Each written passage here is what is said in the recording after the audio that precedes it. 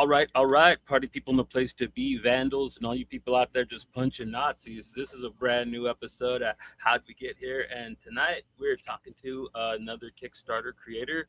I'm going to go ahead and let him introduce himself. How you doing this evening, sir? Oh, I'm pretty good. My name is Ben Lacy, and I think you're seeing some of my stuff on the screen right now. Yes, sir. Right. And you're quite an accomplished Kickstarter, man. You've had quite a few really good campaigns under your coattails so far. Yeah, I've done several different series. The longest running one is called Shark of War. And I've done several issues of a series called Vicious Vixens. And this is for the second issue of Samson, which is kind of my first superhero book. And 8 issues on Shark of War, man. Like I got to get into that. I'm surprised I've never bumped into that in all my time in Kickstarter. I don't think I've seen it around, and it's weird. I doom scroll it so often, but like it just shows how sometimes it's hard to reach everybody. I've done them multiple times, and you're still not getting everybody to see your page. So it's just the luck of the draw whether it comes up on your the random listing of stuff Kickstarter shows you, or one of their emails you happen to see it. And this one you got the second issue for. This is a very special book to you, right? You got a kind of like an author's note at the beginning of the first issue you sent us, and yeah, I mean this relates to my heritage somewhat, and it's based on true and serious events. Of course it's an exciting comic book story and things like that, but it's based a lot on real events, taken into a comic book universe. Yeah, and kind of playing with a little bit of some biblical stuff. I mean, with the name and the some of the jokes at least in it about cutting hair and stuff. Mm-hmm. Yeah, I kind of like the tie to that as well.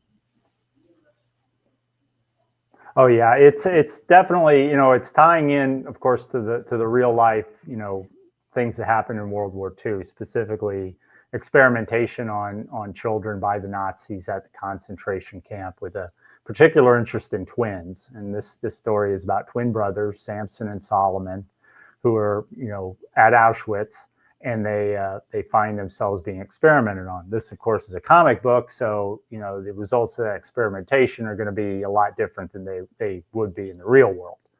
At the same time, it also follows him as an adult 50 years later, after the fall of the Berlin Wall, when new information is coming out about what the Nazis did, and what there's a new conspiracy arising to try and create more of these super soldiers under a new Nazi flag. And that's also, some of that's also based on truth. The Berlin Wall, when it fell, there was new information about what happened during the Holocaust and during World War II revealed, because a lot of those records were being held by the East Germans. Yeah, which is really cool. I like that you're kind of introducing that to maybe a newer audience. Oh yeah, that's what I'm hopeful that people see it that way, and that they view it as a little education along with a lot of entertainment, and that this helps people who aren't getting informed about what happened will read this, and also read the bonus feature in the back of the book, for example, on the digital copy. Tell some of the true story of what happened, and there'll be a similar bonus feature in issue 2. So this campaign is running at the moment for issue 2 of Samson. Yep, and go ahead. Sorry. Yeah, issue 2. You've got about 20 days to go. Mm-hmm. So it's you just launched it last week, a couple weeks ago. Yeah, a little over a week. So it was a week ago Tuesday. So it's been about 10 days. I usually run campaigns, on the order of 30 days. 30 days, yeah.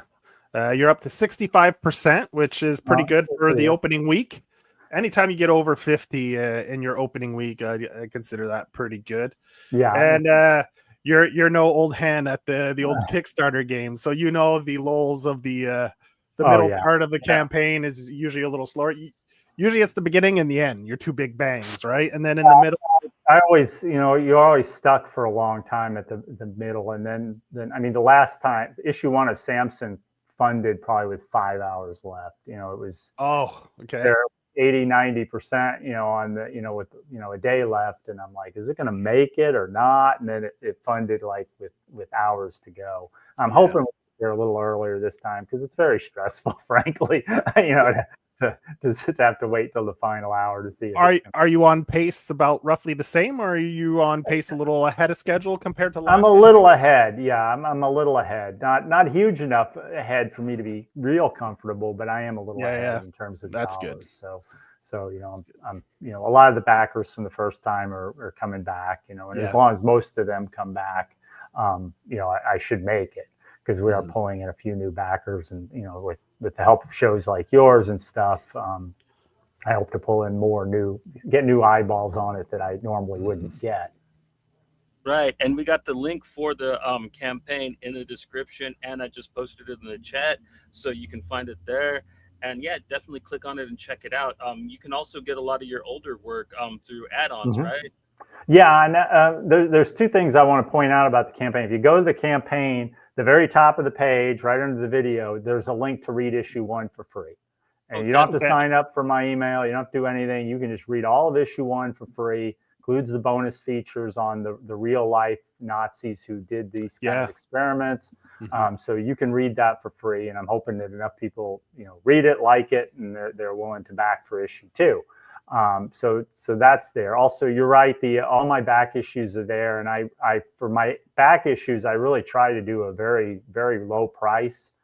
You can get all my digital 14 comic books for $25. So, less than $2 a comic book, because I really want everybody to get my back issues and read them, hopefully. And then for physical copies, all my back issues, I'm basically charging, Comic-Con prices. What I'd sell you a floppy for $5 at a Comic-Con, what I'd sell my hardcover of Shark of War for $20 at a Comic-Con. You can get that bundle on top of Samson 2 for basically those extras are all at Comic-Con prices. But you also get the digital edition. You get it shipped to your house, and you get all the there's a bonus print you get at a minimum, plus any stretch goals if we do fund early, and I'll have some stretch goals.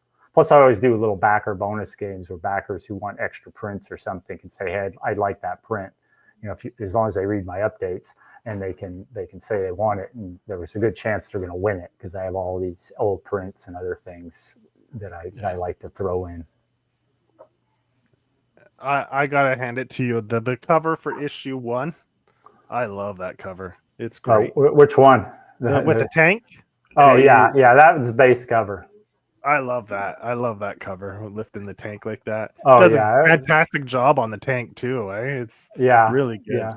Yeah, we had a lot of discussion about that tank, because we wanted to have you wanted him not to be too small and the tank not to be too big. So we're like looking around for models for tanks the Germans used during that era that wouldn't be too big. Like we talked about a Panzer, but he would have to be really small for the relative size of the Panzer. So I can't remember the name of the tank it was, but that is based on a real German tank. That's cool.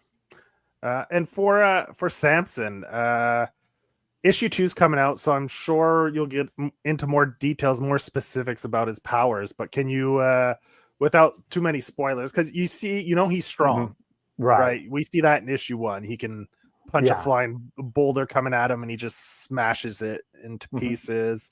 They're strong. Are there any other powers you can talk about? That maybe... A little. He's got your strength and invulnerability.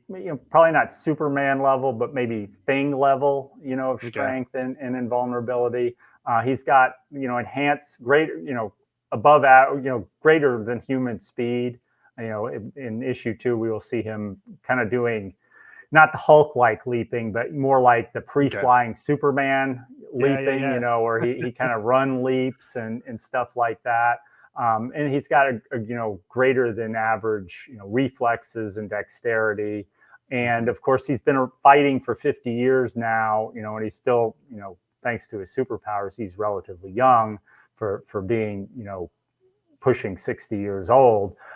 He's got great fighting skills. He's a master of combat.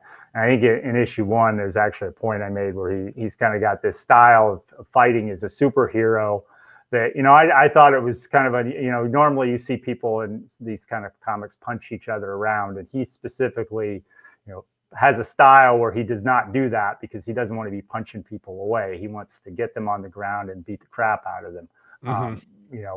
Very much an MMA style kind of grappling, fight, ground and pound. Yeah, ground and pound, and he's mastered that with his super throwing a few trucks and vehicles in there. Yeah, too.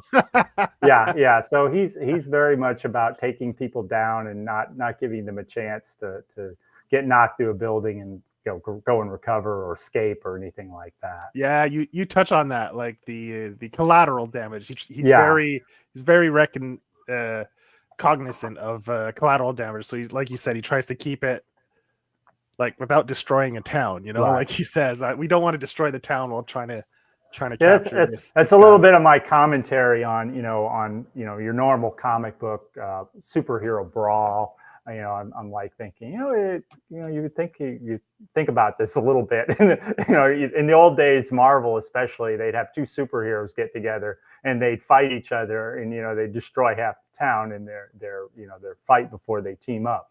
Mm-hmm. Yeah, but I think with Time Comics too, they've kind of like what is it? What's the Immortal Hulk? Who was the writer?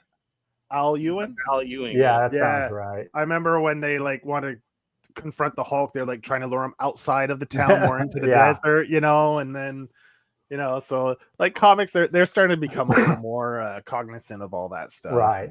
So you see they implement it or introduce it into the story as a as a plot device or whatever to get so.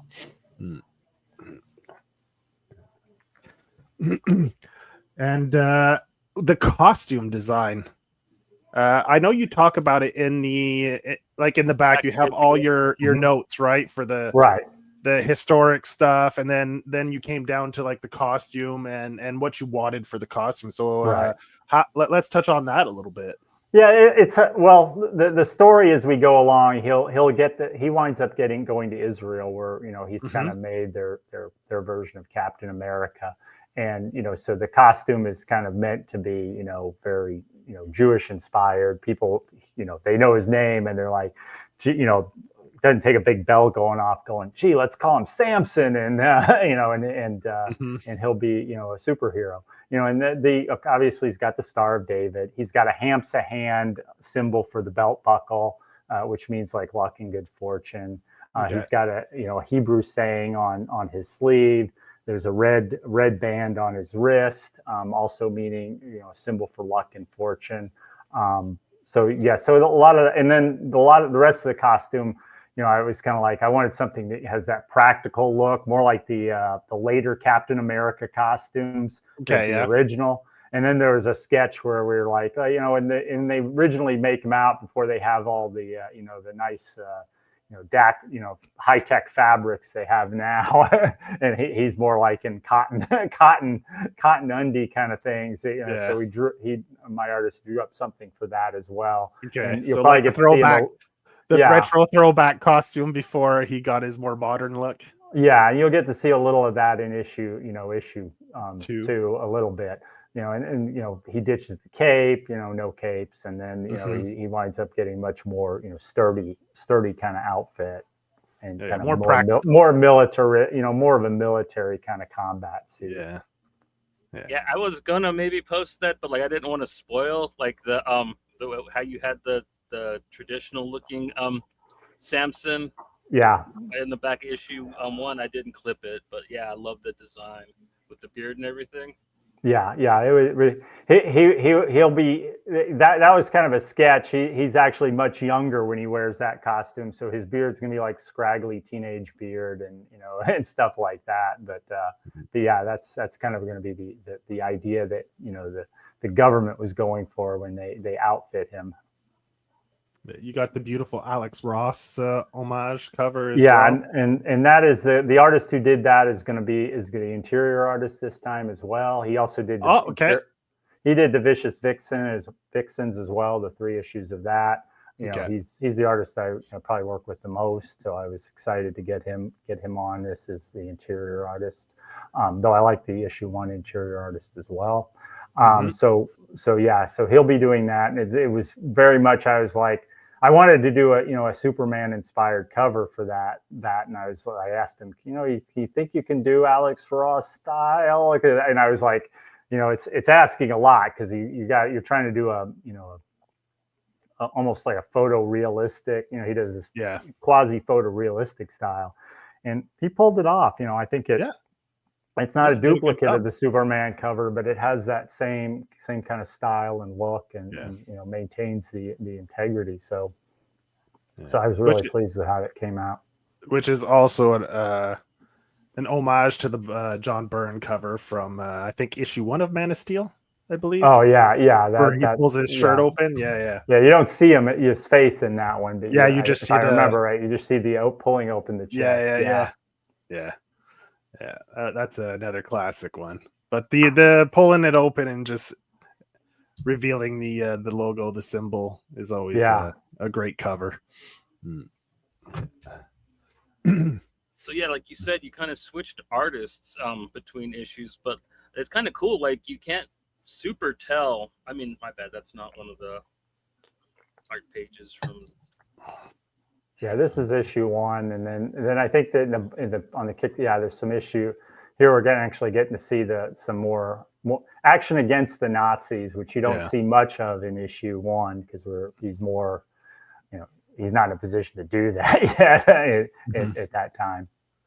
But it's not a dramatic change in style, so I mean, it won't throw people off. Like, what's going on here? Is it the same? Yeah, I think it.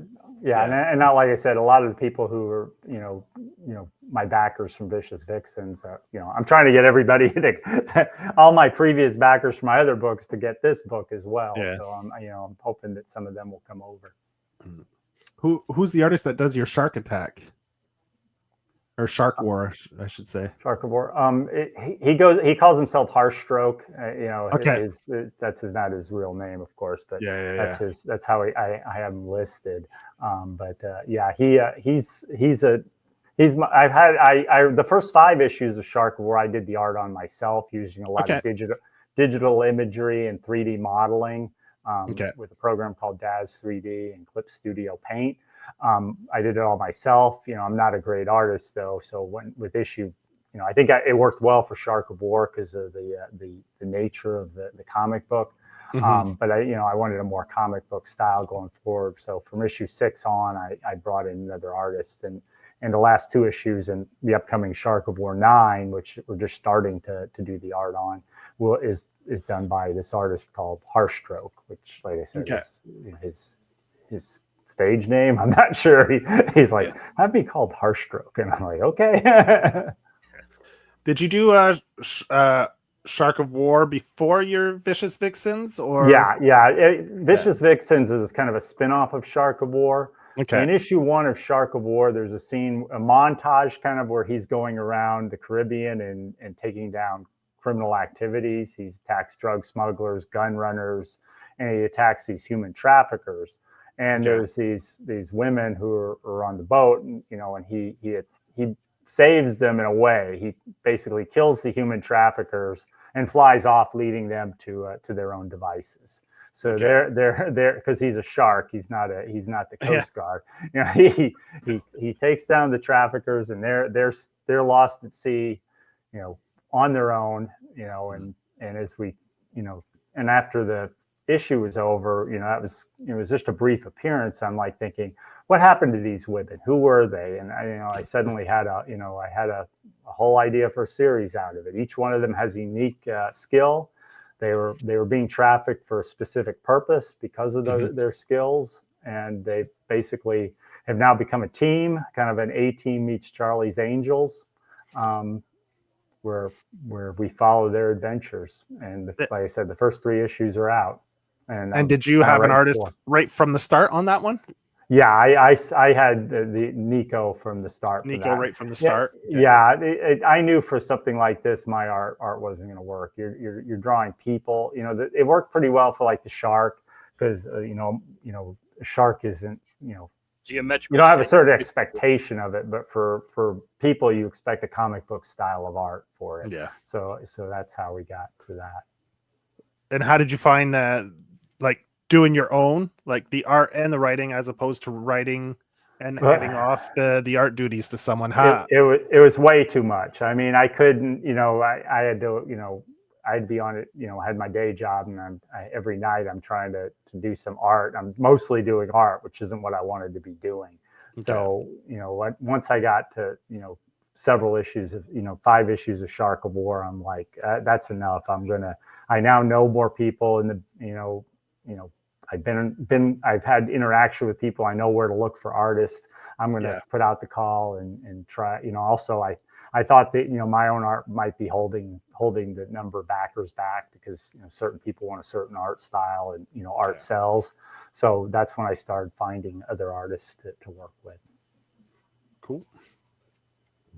So are you still working on your art style at all, though? I mean, like, do you ever plan on maybe doing a cartoonist type thing again? Not a lot. For Shark of War, I always do one of the covers. I do a series of Jaws spoof homage covers. So basically, it's a collectible where every issue has a cover that's kind of a homage to the Jaws movie poster. Yeah, there was the issue 8 cover, or the Jaws. I did Jaws 2, Jaws 3D, Jaws the Revenge for homage covers. But a lot of them are focusing on the Jaws 1 cover, which is the best, obviously the classic, iconic. And did you follow, like, let's say the number of the issues with like issue 3 had the Jaws 3D homage cover? No, okay. No, I kind of trying to follow the plot a little. More? In Jaws 1, it's basically standard. It's very much a homage to the original Jaws poster. Issue 2, it flips around and he's now being hunted.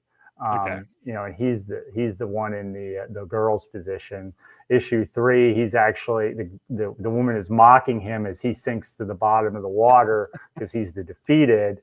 Issue 4, 5, he's kind of making a comeback. So now he's back, attacking, though not the girl. He's attacking some of the villains. And then, so then issue 5 or 6, I did the Jaws 2, 3, and Jaws 2 and Jaws 3D.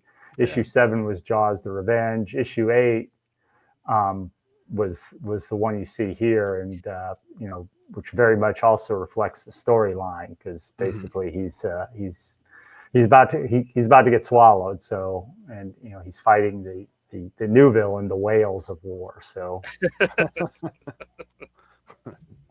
so obviously, Shark of War has got a lot of action, and a lot more over the top sci-fi than either the Vicious Vixens or of course Samson. Yeah. What about Samson too? Like, what can you tell us about this new character, Omega Girl, right? Yeah, I can't really tell you much. That is she is a key to the issue, and she'll be appearing variously. It's story going forward. We allude to a Supergirl relationship, but it's not the same as Supergirl. It's probably much more personal actually, and it's a little more tragic because he's more of a tragic figure too. He's a victim of the Holocaust. He's not having, when you saw him in the beginning of issue 1, he's retired intentionally for reasons that we'll find out some in issue 2. So it's a more of a a story where he's people died in the Holocaust. He got superpowers. I allude to that in the end. In some ways he's very lucky. But in other ways, he's a tragic figure himself in some ways, and that will carry forward. And we'll see some of the outcome of that in issue 2. And Samson, you were writing. This is something you've had in your head, or you've been wanting to put to paper for about 30 years. Did I read that that's right? true. Yeah, I had the idea probably back in the 90s. I didn't know how to make a comic, didn't know any artists, and I kind of like set it aside. And then, as time went on, you heard about Kickstarter. There's new options for people who aren't connected in the industry or in the industry to put their comics out there. And obviously, I thought Shark of War. I had the idea for Shark of War much later. It came out after the first Meg movie. I don't know if you remember that movie. Yeah. But it was very popular, and I was like, it's still kind of the same giant shark going out and killing people. So I was like, what if I flip that on the other script, and the shark was the hero, and instead of the Sharknado movies were out too, and instead of something silly like a tornado, what if he was a cyborg? So he had a way to get out of the water and go on the attack that didn't involve the wind.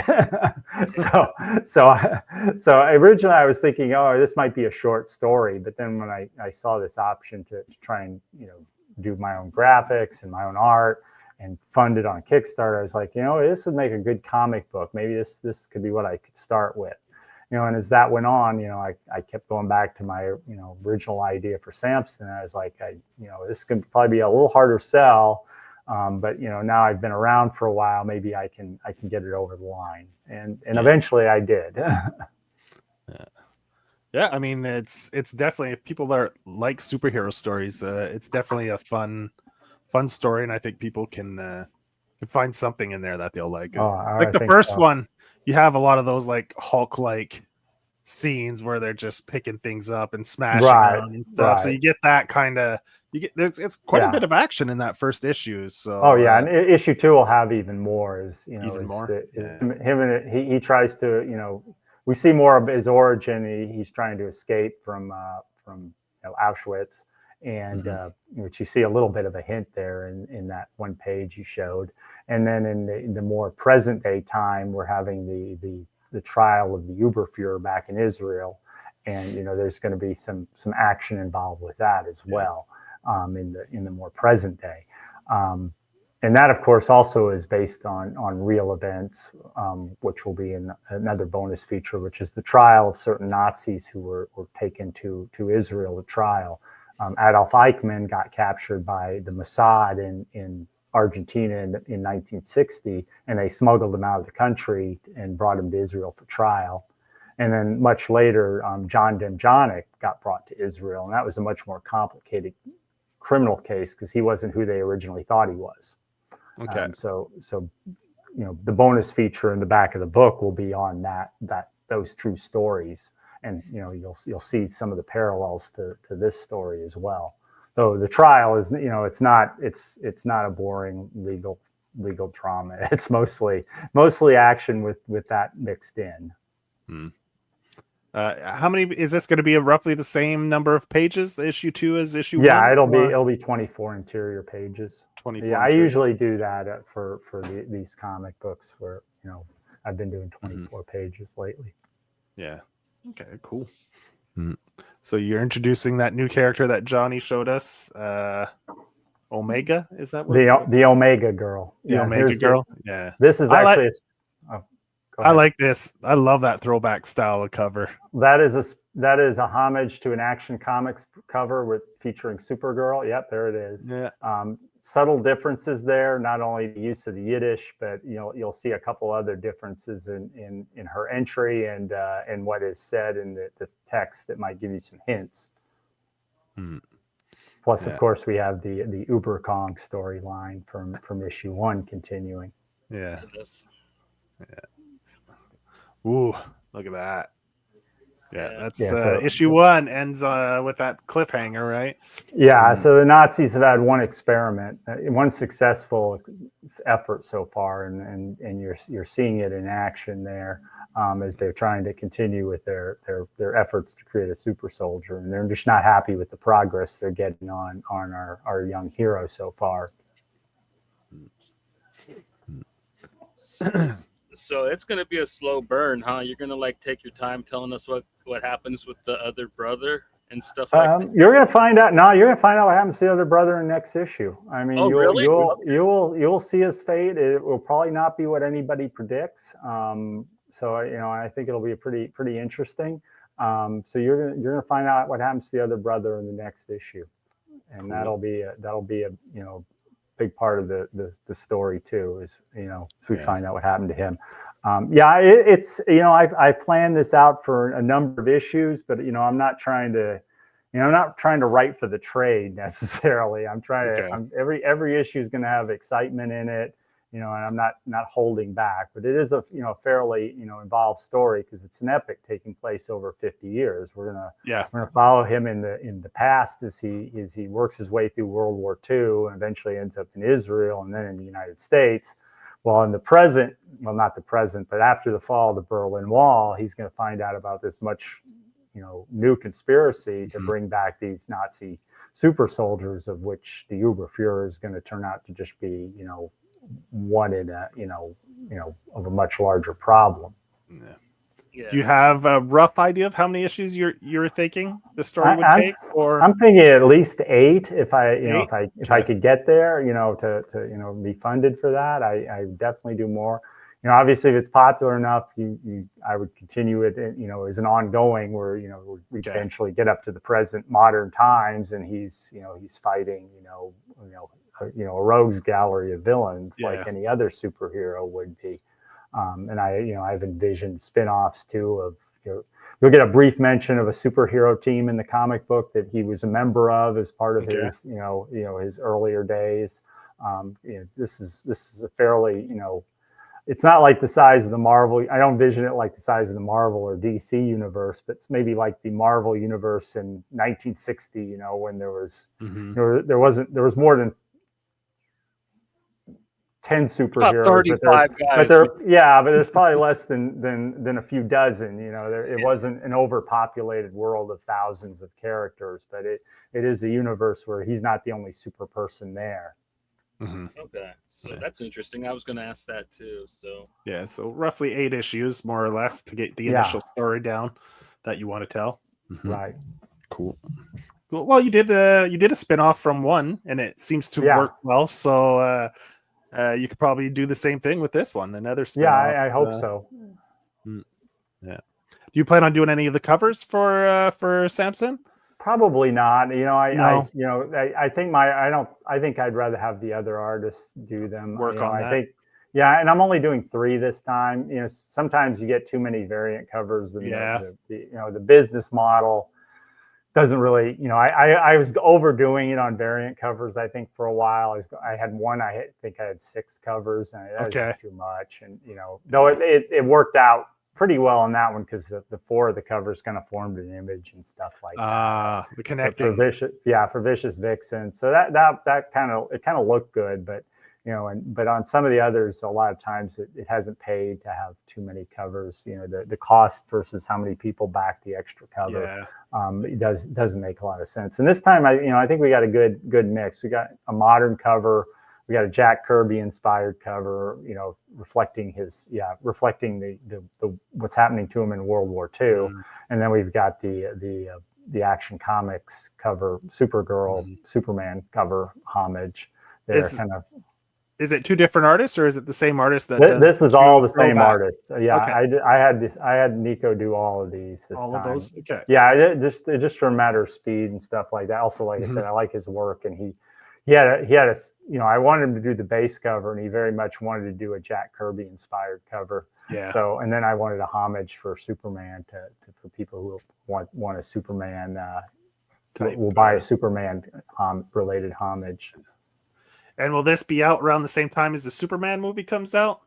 The Kickstarter will finish on June, so in June 15th. He's a very fast artist too. So, but I think the likelihood is that I probably won't have it to get it printed and back to people. Probably be in September. So the Superman movie will have been well out by then. You should have done like a spoof, like in old comics, a spoof ad for the movie. Movie. That'd have been. Yeah, I didn't really think about it in timing with the movie, though. I guess that would have been an interesting thought.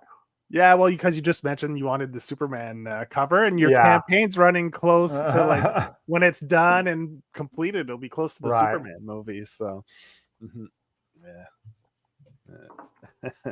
But those throwback covers are awesome. Oh, thank you. Really And pleased then with the how A they turned cover out. is also homage to Frank Whitley, right? Or quite Yeah. Right. That was kind of, we wanted something showing that too, and that kind of where he suggested something along that line. And That's from All Star, right? All Star right. Superman. That's All Star Superman. It's quite different though. Like he really made Yeah, it it's not it's not very it's you can tell the inspiration, but it's not unlike it's more like the Kirby cover is kind of a little bit inspired, but definitely not like the Supergirl Action Comic style cover. Yeah, this one's probably my favorite, the Kirby one. Yeah, it's fun. I like the ape on it a lot.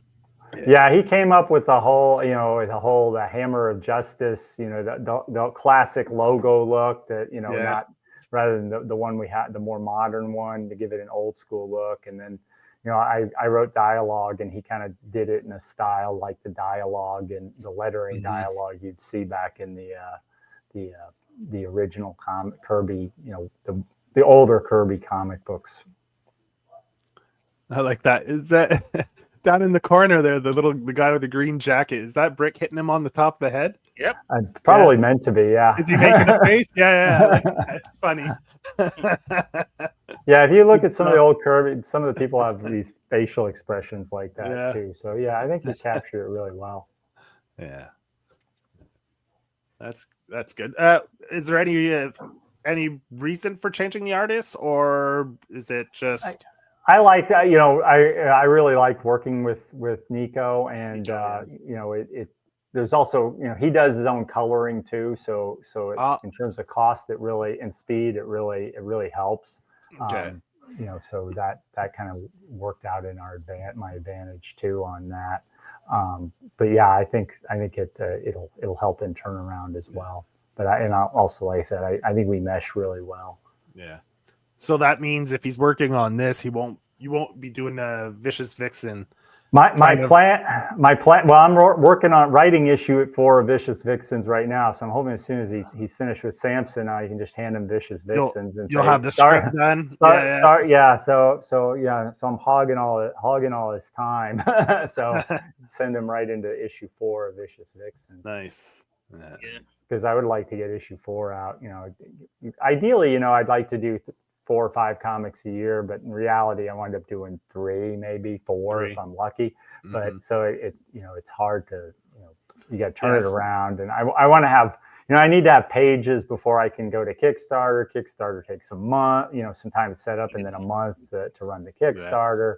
So the whole process is and then once I got to get the comics, I don't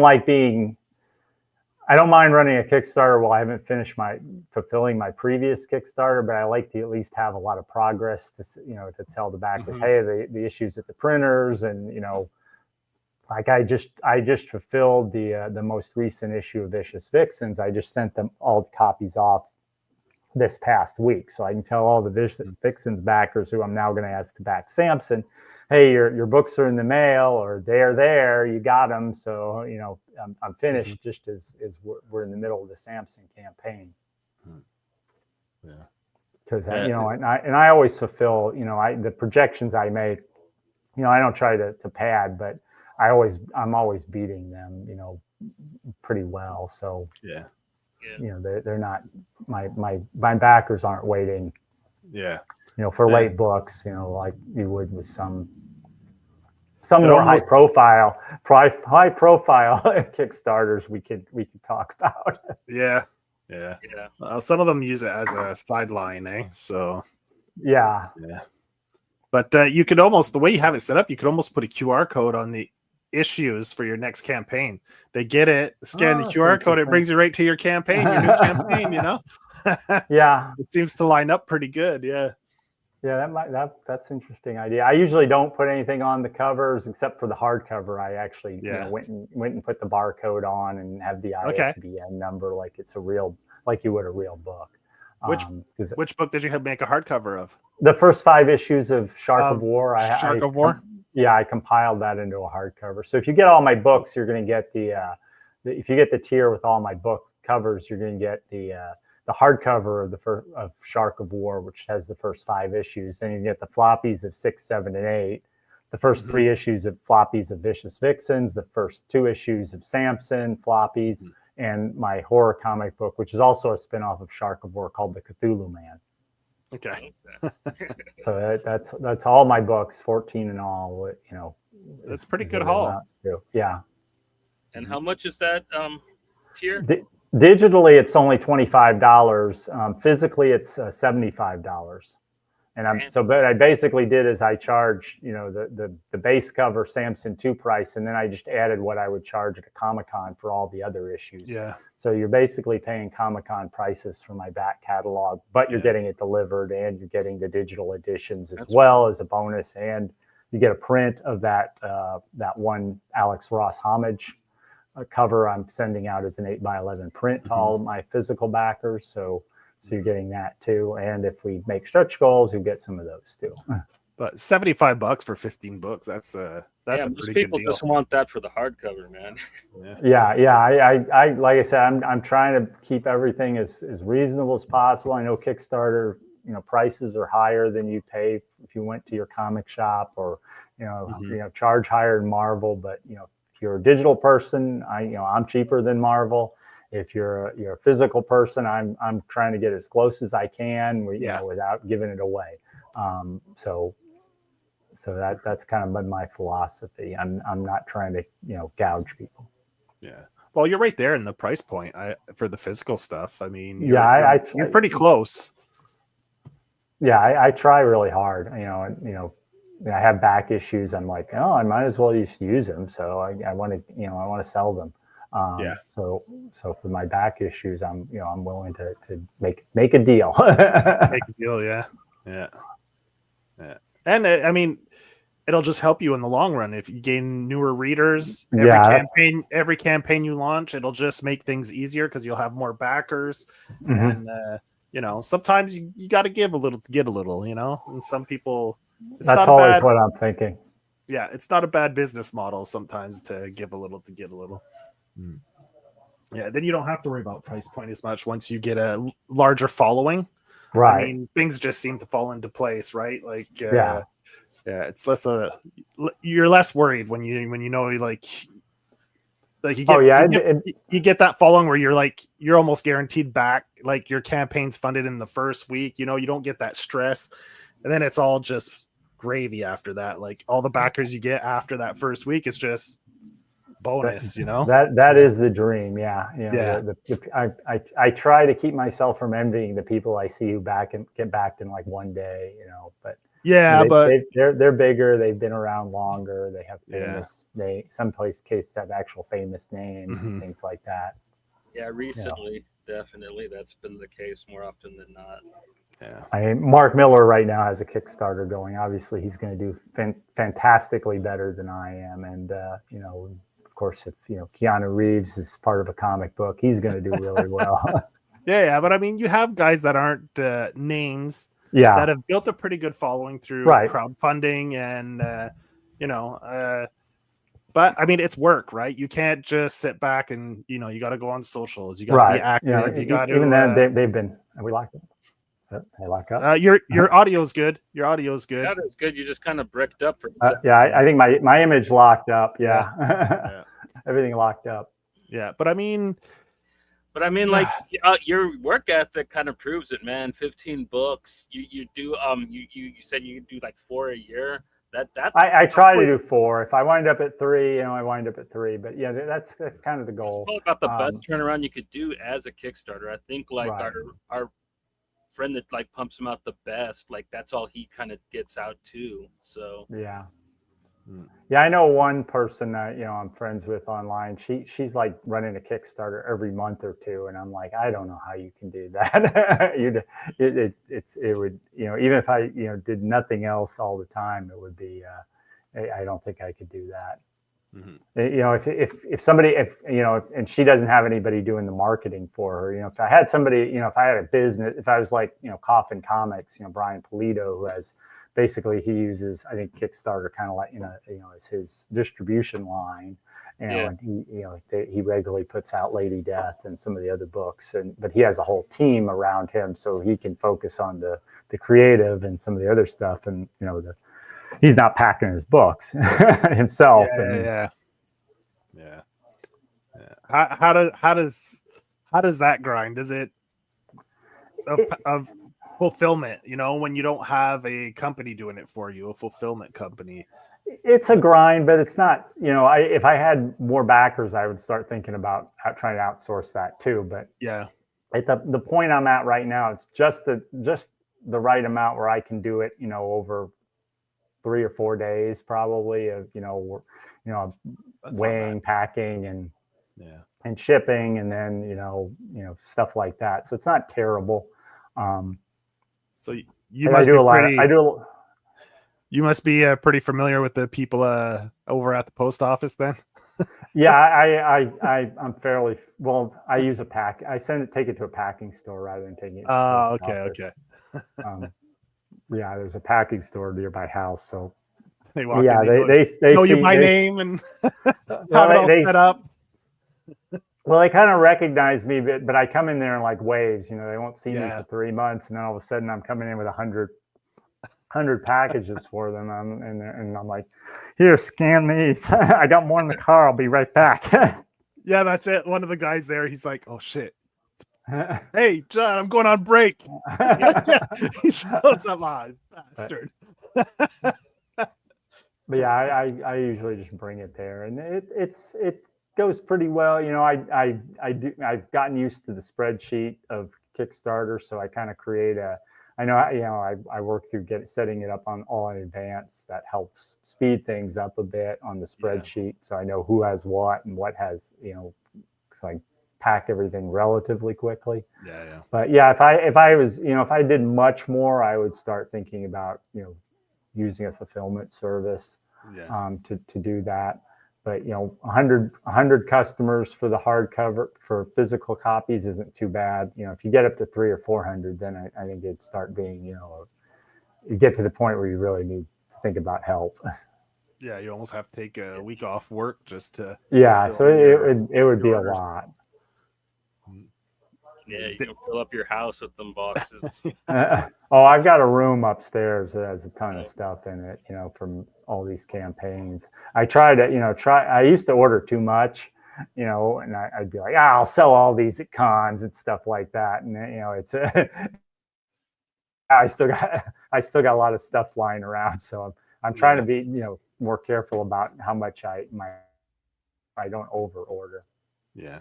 Speaking of cons, do you have anything lined up coming up this con season, or? I'm back. Yeah, I usually do different cons. I did SC Comic Con here in South Carolina. I'm doing a con in Jacksonville in July.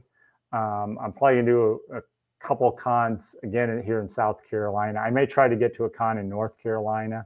Okay. I recently did a con in New Jersey. That was one of the farthest north cons I did. It was in this gigantic indoor inflated dome. It's kind of cool, actually. Oh yeah. Yeah, they I think it's normally used for like a driving golf course kind of space in New Jersey. And for that it's all AstroTurf on the floor, this giant white inflatable dome above us. Every time you walk through the rotating doors or through an airlock, your ears would pop because they've got the room pressurized. But it was huge. It was well bigger than a football field. Wow. It's near the Six Flags Park in the middle of New Jersey. So I did that for a 2-day con. So yeah, I always try to get out to a number of cons a year. I get more people on my emailing list and sell some of my excess comics, and a few of those people will eventually back on Kickstarter. Obviously, it's a little different audience. The Kickstarter pricing, as I mentioned, it's a higher for the obvious reason that you're trying to fund your book, and you've got shipping costs now that you aren't charging at a con. Yeah, for sure. Yeah. Yeah, no, I mean, like, I always figure with the crowdfunded book that, like, I'm helping produce this thing, so I'm gonna pay a little more for it. Yeah. Except that bite of the bullet from it, you know what I mean? Yeah. Mhm. So your table must be pretty nice display. You have 15 books to put out, or 14 or 15 books to Yeah, display on your I've table. tried to. I've actually tried. I used to bring like my books, my variant covers. I used to have like starting to look like a little comic book store stuffed on my. Plus, I Yeah. also had all these. I have a number of shark plushies I bring to the con Okay. as well to sell to people who aren't interested in comic books, who might like a little plushie. So I'd have that'd be my little side sale thing. Yeah. So yeah, my table is really packed, but now I've started to cut it where I'm just focusing on the base covers. Okay. Yeah. I usually only at the cons I usually only put out the first, the hardcover of Shark of War.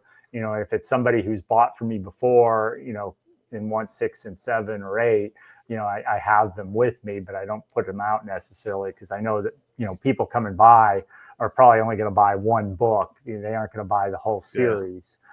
So I don't put out the whole series necessarily for Shark of War for them. Yeah. I was gonna suggest something, but I don't know if it's a good thing or a bad thing. So if anyone's what's your next con? Where is it and when is it? It's Jacksonville, Florida. I'm trying to remember the name of it. First Coast Con or something. Do I have my Comic Con page up? I can probably look it up here real quick. Does it happen? Is it going to happen before or after the end of your campaign? It'll be after that one. After, that one will be after. I may do a con in North Carolina at Foothills Comic Con in Morgantown, North Carolina. That I'm looking at doing. That would be before the end of the campaign. So yeah, maybe. Maybe. I was gonna say, if someone wanted to save you fulfillment, they could back Samson #2 and then go see you at the con to get all your back issues. And then it would save you packing a bunch of books.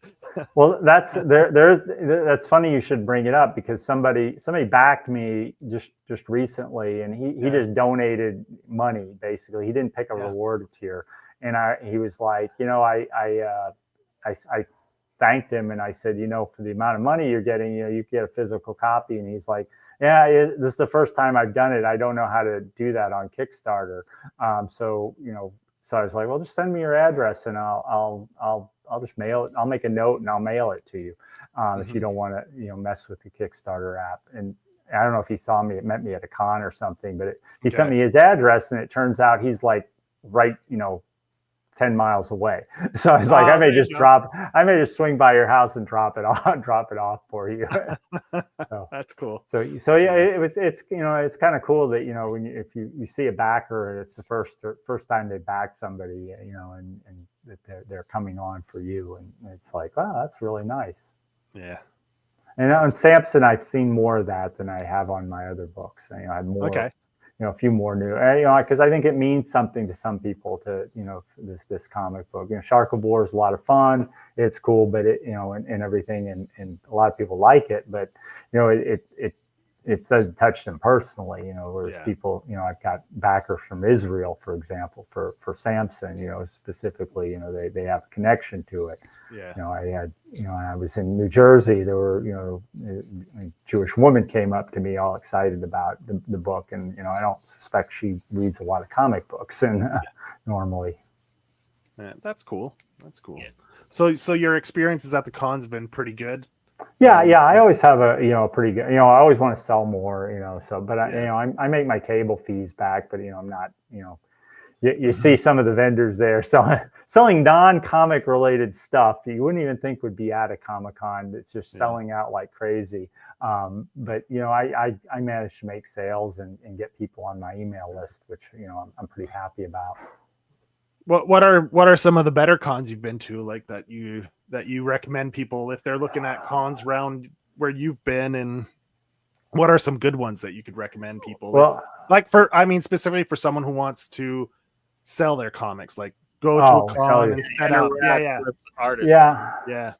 Well, if you want to sell, there's a lot of smaller cons that, will have low table fees, which obviously something, nice for a comic book, an artist, because you're not going to probably not going to sell a ton of books. you really would like to have your table fees be as low as possible. So, some of the cons I've gone to, like there's Spartanburg Con, which isn't far from where I live. It's a small con, and it's like $60 for your one day con at a table. Yeah. And that's the other thing too, is I do kind of like, one day cons too, because, you're probably going to make sale, Sunday cons that go 3 days are not great, because Friday winds up being a wasted day for the most part. And if you have to travel, you got, more hotel expenses, and Sunday is probably usually not as good as Saturday. So I like 1 day Saturday cons for, and also, like I said, those usually have low con fees. They're usually smaller. Here in South Carolina, Spartanburg Con. In North Carolina, there's Wilkesboro Con, which are really nice people there. If you want to do a Comic-Con, they actually, not only is their table fee low, but they bring you a slice of pizza and snacks during the day. And that's the only con where they've brought me food and stuff like that. And, the guys are like, we used to do cons, and we always wanted to have people, treat people like we'd like to be treated at cons. So they were the guys coming around and say, hey, you want some chips, a bag of chips, you want, or a granola bar or something, or some M&Ms, and I'm like, I'll take that. Thank you. So that was really a nice con if you're wanting to, a good con experience. But if you're a creator and you're looking for a con, I'd say that the 1 day con with a low price. Otherwise, if you're a fan, like SC Comic Con here, the 2 day cons that are, where the price to get in isn't too bad, and they have a lot going on. I've thought, here in Greenville, we have SC Comic Con. It's a 2 day con. We get the price isn't too much to get in, and we get a lot of celebrities. They don't charge too much for parking, so your expenses aren't too bad. Heroes Con in Charlotte. I did one of the Atlanta cons once, and like I said, that turned out to be not really worth it, because it's a 3 day con, and Atlanta is really expensive. And it's just on the edge of being too far to drive back and forth. So for a 3 day con, having to stay down there, and it's also in downtown where parking is really expensive too. So it gets to be pricey. So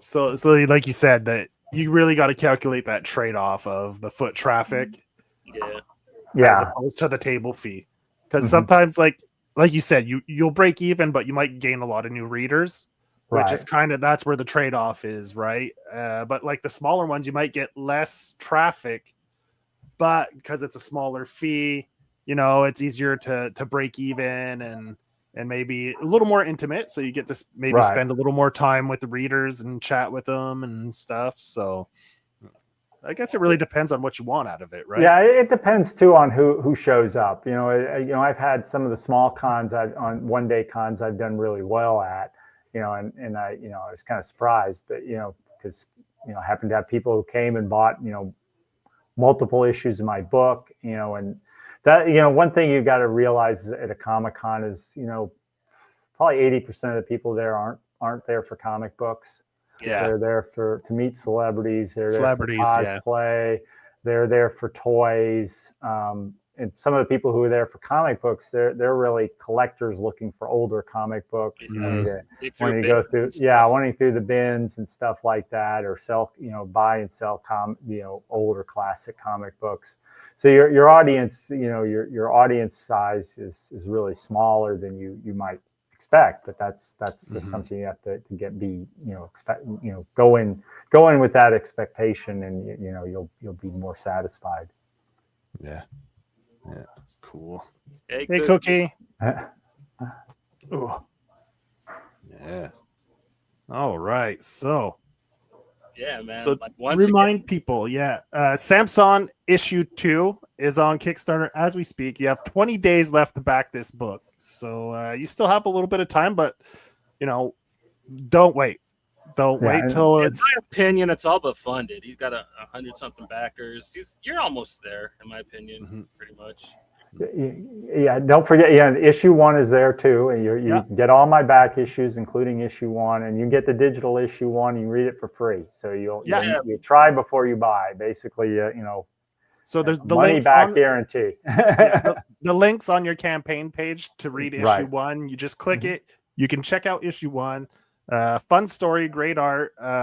Check it out, and then hit that back button. Whatever, if you want Ben's entire catalog, you can get that. If you just want to do the digital or the one issue, I mean, you have a bunch of options of tiers and price points. So there's no reason not to go back this book. It's at 65%, so you're over the halfway hump. So you're on the back end of the hill.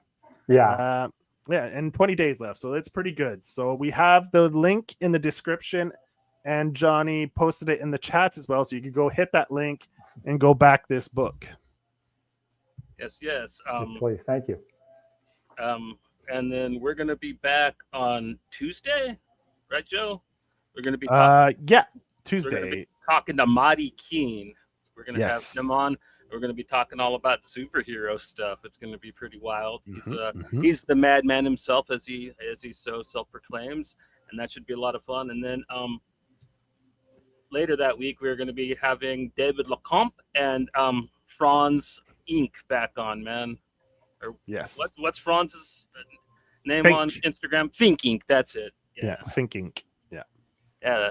So we're going to have them back on, and they're going to be talking the vein once again. So, and I think they probably got something else going on. I'm not quite sure. And then and then we'll be doing maybe one episode a week. We'll be slowing things down a bit. Because I'm working on a book right now and it's chewing up a lot of my time. So, but after Montreal Comic-Con goes by, then we'll probably get back into full swing of things. But till then, we're probably going to keep it till. So next week's our last full schedule then we'll probably keep it to an episode a week. So up until the beginning of July. Then after the beginning of July, we'll be back pumping out to maybe sometimes 3 episodes a week. Oh. Yeah. And it is Pride Month, so like we're gonna go ahead and if we are gonna try to go live this month, we are gonna try to find other voices to come on with us. So I hope some of you join us for that if that happens. So Till then, we'll go ahead and see you guys later. Bye.